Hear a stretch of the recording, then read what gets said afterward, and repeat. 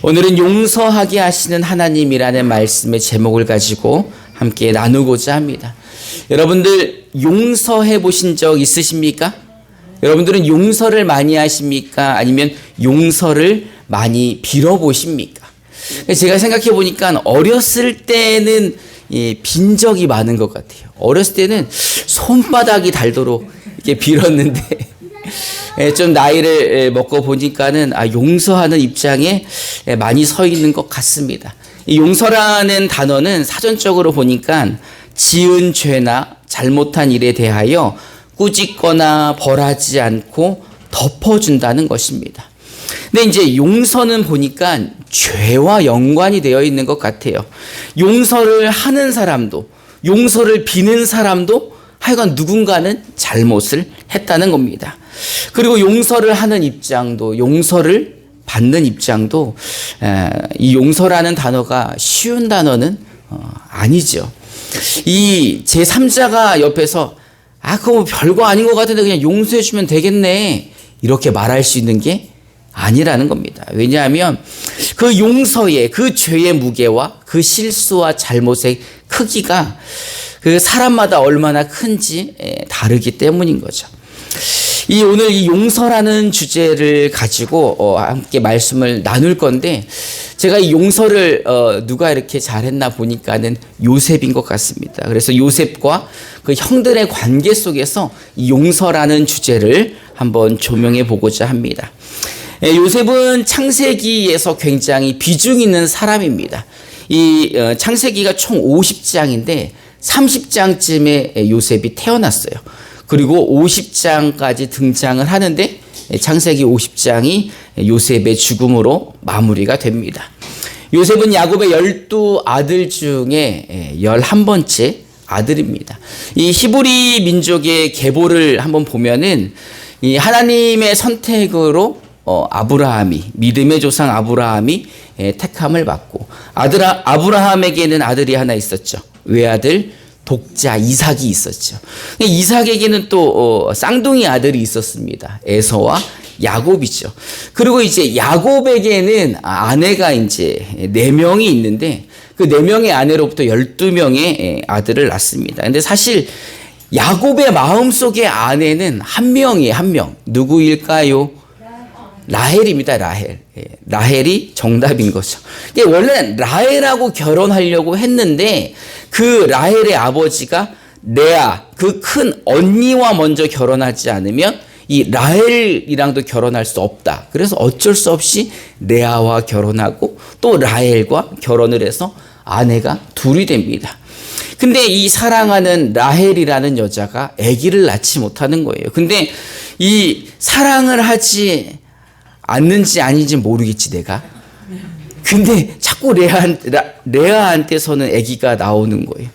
그래서 이 레아는 계속 아기를 낳으니까 이 라헬이 화가 나서 자기의 여종 빌하를 남편의 첩으로 들여서 단과 납달리를 낳게 됩니다. 그랬더니 또 언니도 질 수 없잖아요. 그 언니 레아도 자기의 여종 실바라는 여자인데 그 실바가 또 아내가 되어 아셀을 낳게 됩니다. 그래서 레아는 6명의 아들과 1명의 딸이 있고, 또 빌하도 2명의 아들, 실바도 2명의 아들이 있는데 라헬에게만 아들이 없던 거예요.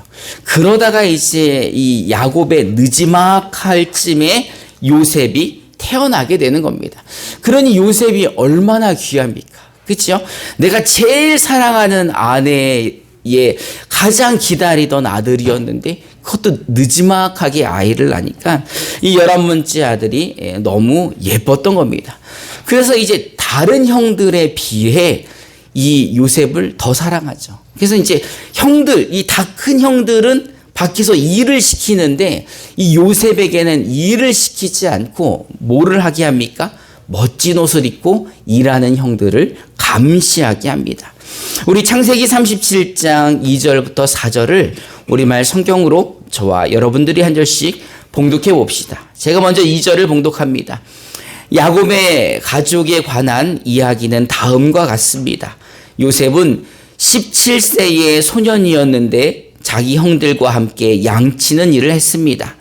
요셉은 자기 아버지의 아내들인 빌하와 실바가 낳은 아들들을 도왔습니다.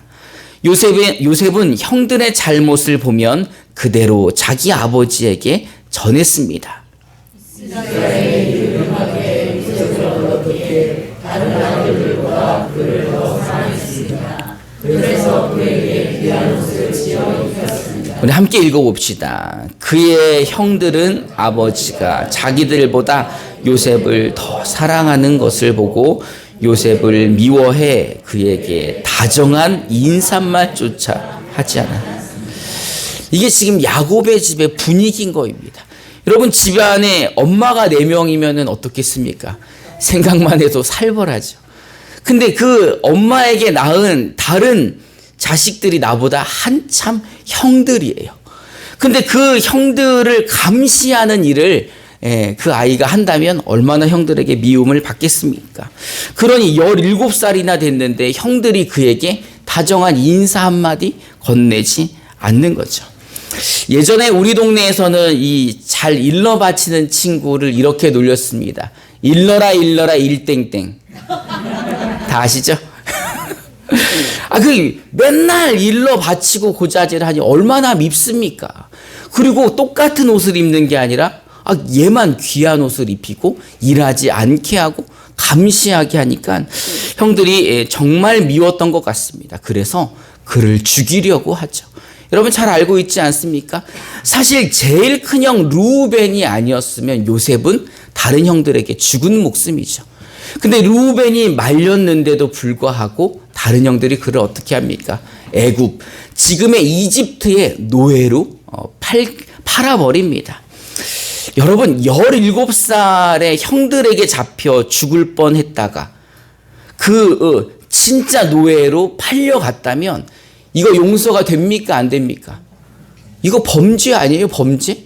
이거 이제 나이 먹으면 어떻게 해야 되는 거예요?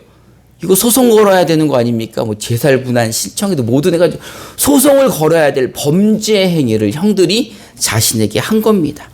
또 아버지에게는 어떻게 합니까? 그렇게 팔아놓고선 요셉이 죽었다고 거짓말 하잖아요.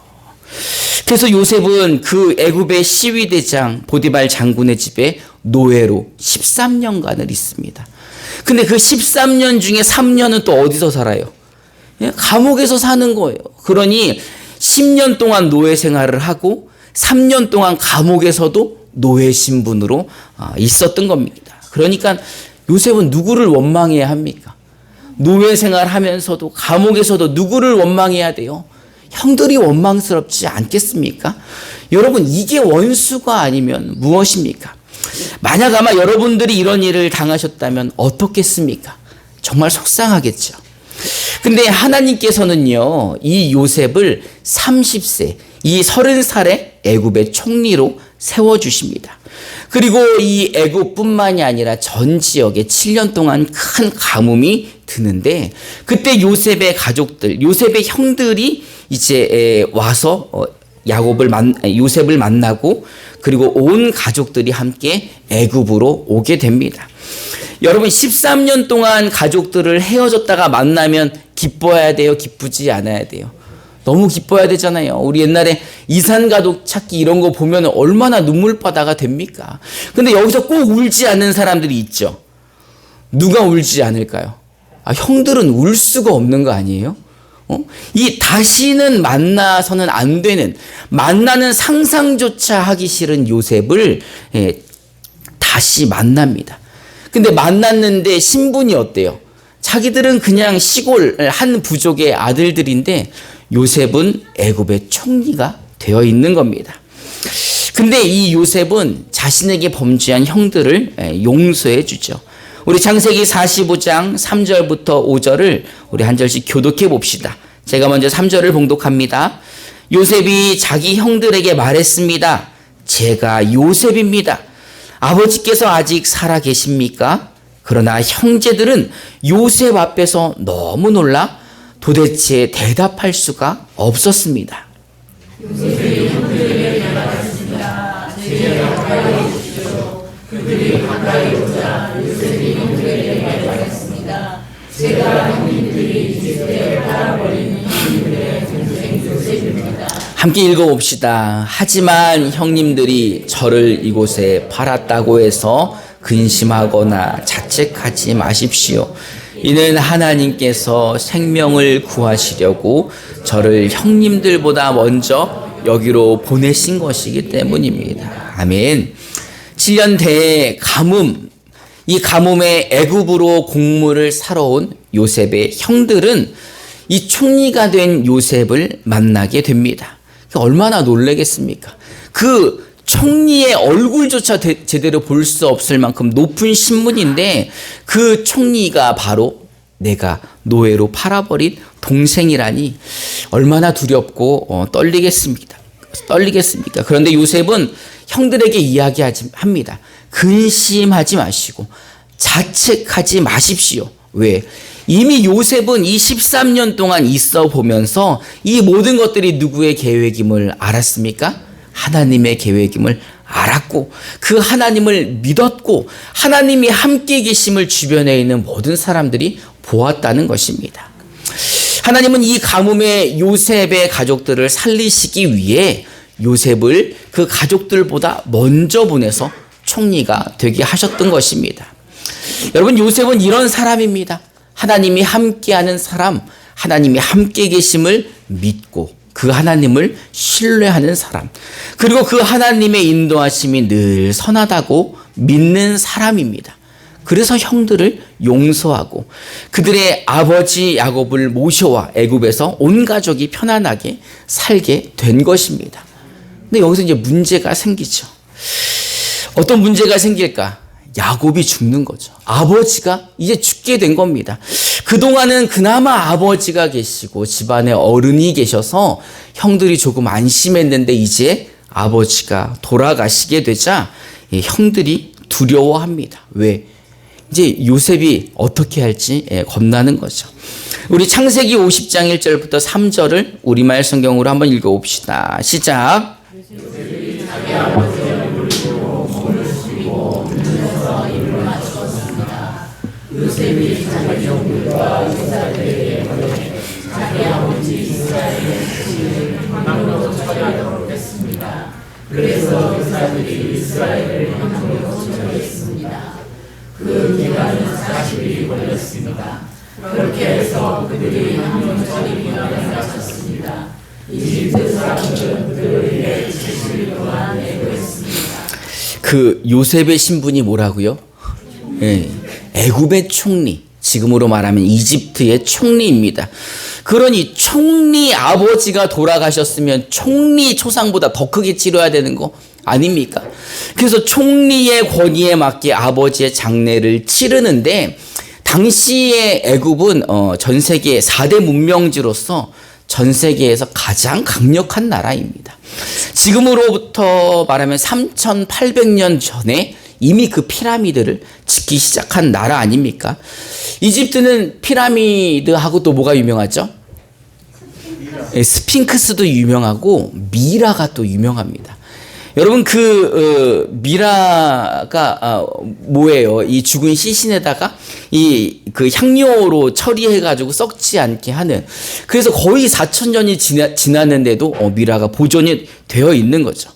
그러니 이 요셉의 아버지 야곱의 시신에 의사들이 향료로 처리를 하는데 며칠이나 걸렸다는 거예요. 40일 동안 아버지가 돌아가셨는데 아버지를 애도하면서 약품 처리를 하고 이 온 백성들이, 애굽의 온 백성들이 70일이나 애도를 합니다. 그뿐만 아니죠. 그리고서는 더 장례식을 화려하게 합니다. 이 70일은 장례를 위한 준비하는 기간인 거고. 우리 창세기 50장 7절부터 9절을 우리말 성경으로 한번 읽어봅시다. 시작. 요셉이 아버지를 들어 올라갔습니다. 하루에 모든 신하들과 궁중의 어른들과 이집트의 어른들이 그와 동행했습니다. 그리고 요셉의 신하식구들과 그 형제들과 아버지 집에 속한 사람들도 다 함께하였으며 어린아이들과 양떼와 소떼만 곳에 사람이 남겨놓았습니다. 전차와 기름과 함께 일어났는데 그 행렬이 아주 길었습니다. 여러분 이 장례식이 어느 정도인지, 요셉의 권세가 어느 정도인지 아시겠죠? 이집트 왕 바로의 모든 신하들, 궁전에 있는 원로들, 이집트의 원로들이 동행했습니다. 뿐만 아니라 이 요셉의 온 가족들이 가는 것은 애들과 동물들만 빼놓고 다 참석했고, 뿐만 아니라 이집트의 가장 유명한 전차 그리고 기병들도 함께 가는 겁니다. 장례식이 7일 동안 되어집니다. 7일 동안 애도를 합니다. 그러니 요셉의 권세가 어느 정도인지 알겠죠. 이렇게 어마어마한 장례를 누구 주관으로 하는 거예요? 요셉 주관으로 하는 거 아니에요? 원래는 누가 주관해야 되는 거 아니에요? 큰형이 하고 형님들이 해야 되는데 11번째 그 어린 동생이, 이젠 어리지 않죠. 30이지만 나머지 형들은 훨씬 나이가 많은데 그 형님들은 아무것도 못하고 요셉이 거의 맡아서 하니 그의 권위가 엄청난 거죠. 이제 드디어 아버지가 돌아가시고 장례가 끝났으니 형들의 불안은 더 커진 겁니다. 그래서 형들이 모여가지고 요셉에게 편지를 보냅니다. 우리 창세기 50장 15절부터 17절을 우리말 성경으로 저와 여러분들이 한 절씩 교독해 봅시다. 제가 먼저 15절을 봉독해 보겠습니다. 요셉의 형제들이 아버지의 죽음을 보고 말했습니다. 혹시 요셉이 우리에게 원한을 품고 우리가 그에게 했던 모든 잘못에 대해 안갚음을 하면 어떻게 하지? 그들이 요셉에게 전화를 보냈습니다. 아우님의 아버지께서 돌아가시기 전에 이런 지시를 하셨습니다. 함께 읽어봅시다. 정말 간절히 부탁한다.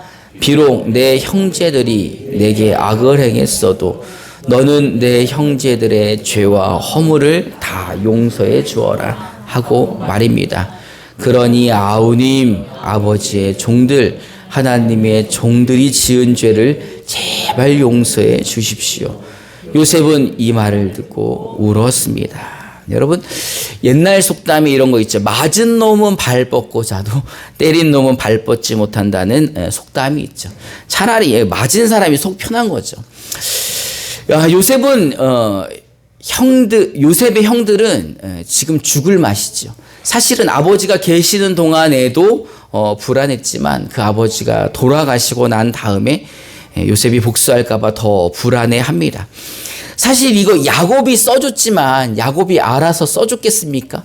10명의 형제들이 달려와서 아버지 돌아가시기 전에 제발 이거 한 번만 써주세요.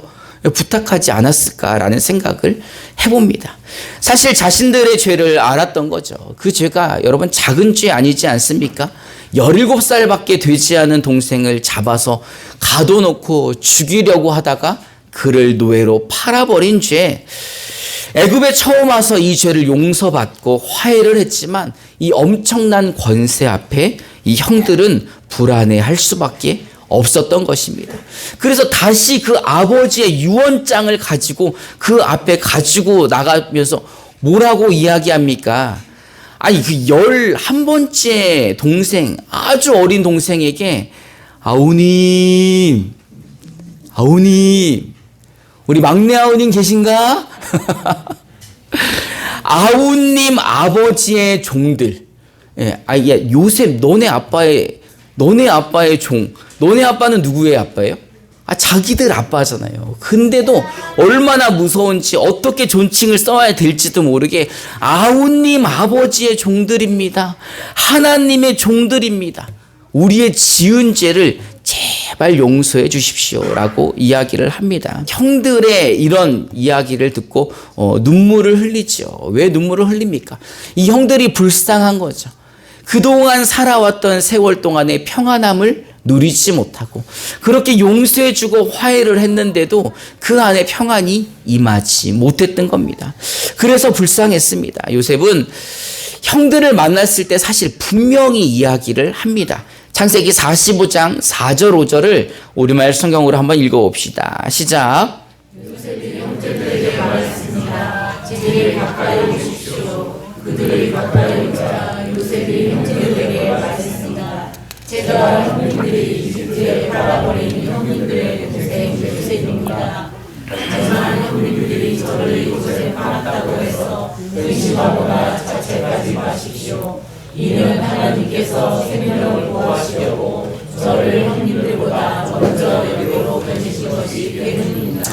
이미 고백을 했잖아요. 이미 자신을 이곳에 보낸 것은 형님들이 아니라 누구라고요? 하나님이라고. 하나님이 그렇게 하셨다고 믿음의 고백을 했는데 형님들이 믿지 못했던 것 아닌가 생각을 해봅니다. 그러니 요셉은 사실은 원망할 필요도 없고 복수할 필요도 없었었는데 형들이 믿음이 약해서 의심하고 근심하고 두려워해서 불안해졌던 겁니다. 요셉은 이런 형들에게 다시 한번 진리를 말해줍니다. 창세기 50장 18절부터 21절까지 우리말 성경으로 저와 여러분들이 한 절씩 교독해 봅시다. 제가 먼저 18절을 봉독합니다.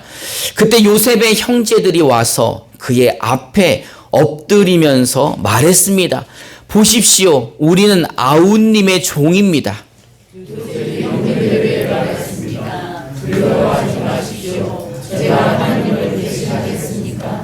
형님들은 저를 해치려고 악을 꾀했지만 하나님은 지금 보시는 것처럼 그것을 선하게 바꾸셔서 오늘날 많은 사람들의 생명을 구하셨습니다.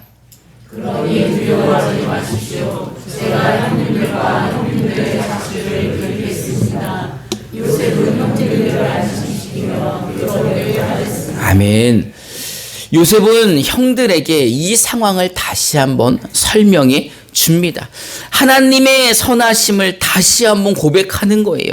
형님들은 악을 꾀했지만 하나님은 그 악을 선으로 바꾸셔서 많은 생명을 구하셨다는 겁니다. 그러니 이제 두려워하지 말고 염려하지 말라고 부드럽게 이야기를 하고 있는 겁니다. 이제 형님들과 형님들의 자식들까지 본인이 기르겠다고 말하는 것입니다.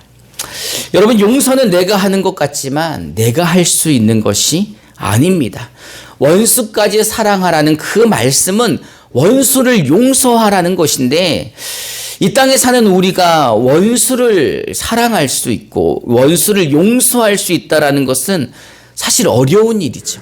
어떻게 보면 불가능한 일입니다. 그런데도 오늘 본문을 보면 예수님은 우리가 잘못한 사람을 용서해 주지 않으면 나도 용서해 주지 않겠다. 그렇게 하지 않으면 하나님이 우리의 죄를 용서하지 않는다는 겁니다. 뿐만 아니라 원수를 사랑하고 핍박하는 자들을 위해 기도하라고 주님이 말씀하고 계시는데 사실 세상을 사는 우리가 그렇게 살기가 어렵죠. 왜 그렇게 살기 어렵습니까? 사실 우리 마음속에는 원수에 대해서 어떻게 하고 싶어요? 눈에는 눈, 이에는 이. 그렇게 복수하고 싶지 않습니까? 원수는 또 그렇게 갚아줘야 속이 뻥 뚫리는 거죠. 여러분, 영화 한번 보세요. 영화가 마지막 끝날 때 원수를 용서해주고 서로 사랑하고 끼안고 울면은 그 영화 돼요, 안 돼요?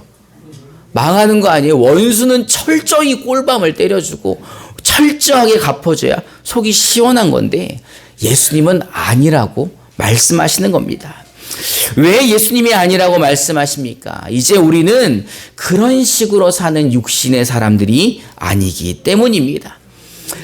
아담으로부터 죄를 물려받은 이 육신의 사람들은 죄와 함께 십자가에 못 박혀 죽었습니다. 우리 로마서 6장 6절을 우리말 성경으로 한번 읽어봅시다. 시작.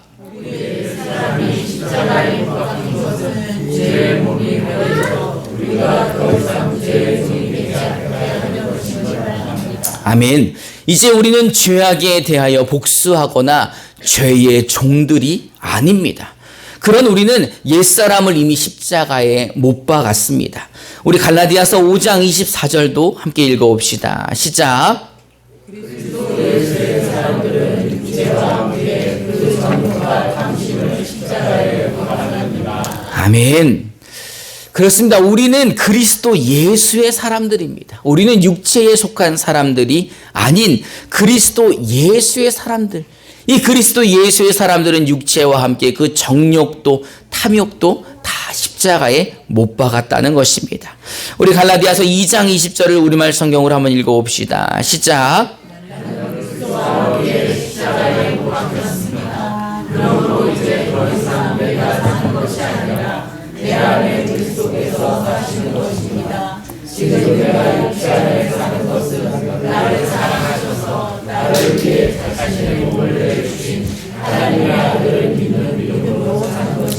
아멘.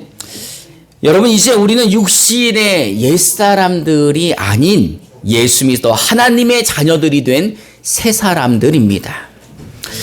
옛사람을 십자가에 못 박은 새 사람들은요, 그 하나님의 자녀들은 예수님을 믿어 믿음으로 사는 사람들입니다. 믿음으로 산다는 것은 주님이 내 안에서 나를 선하게 인도하심을 믿는 것입니다. 이제는 복수가 아닌 원수도 용서할 수 있도록 도와주신다는 것을 믿는 그 믿음으로 사는 것입니다. 나를 그렇게까지 사랑하신 것처럼 나도 우리도 서로 사랑할 수 있도록 도와주심을 믿는다는 것입니다. 여러분, 하나님은 우리를 사랑하시어 종된 우리를, 죄의 종이 된 우리를 죄악 가운데에서 건져주셨습니다. 그러니 이제 우리 하나님 아버지를 더욱 우리는 의지해야 합니다. 내가 원수까지 사랑하실 수 있게 도와주실 하나님을 신뢰해야 하는 것입니다. 하나님이 내 안에 계시면서 나를 도와주시고 나와 함께 하시고 나를 인도하심을 믿으셔야 합니다. 우리는 그 믿음으로 승리하는 것입니다. 우리가 그렇게 믿을 때 이 악한 세대 가운데, 이 세상 가운데 주님을 믿는 그 믿음 가지고 승리하고 세상을 넉넉히 이기시길 주님의 이름으로 축원합니다. 우리 함께 찬송하고 결단하는 시간 갖도록 하겠습니다.